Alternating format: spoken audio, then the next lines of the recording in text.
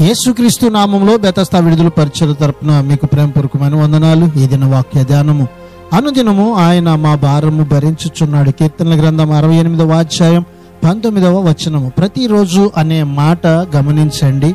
మన జీవితకాలం అంతటిలో అనుదినం మనం చేయగలిగిన పని ఒకటి ఉంది. ప్రతి ఉదయమున మనం లేచి మన బరువులను మన ప్రభువు రాజు అయిన దేవునిపై వేస్తూ ఉండగలగాలి. ఈ గొప్ప రాజు ఎలాంటి వాడు అంటే, ఇతర భూమిపై ఉన్న రాజుల్లాంటి వాడు కాదు. తన ప్రజలపై భారాలు ఎన్నడూ మోపడు.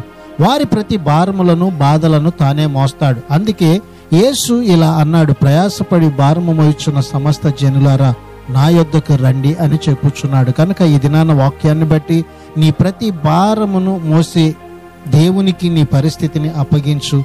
ఆయన తప్పక నీ భారము నుండి నిన్ను విడిపిస్తాడు. ప్రార్థన. పరిశుద్ధుడా, ప్రేమగల తండ్రి యేసయ్య, మరొక నూతన దినాన్ని మాకు ఇచ్చినందుకు నీకు వందనాలు, స్తోత్రాలు చెల్లిస్తూ మా జీవితంలో మోయలేక మోస్తున్న ప్రతి భారము నుండి మమ్మల్ని విడిపించుమని యేసు నామములో అడుగుచున్నాము తండ్రి. ఆమెన్.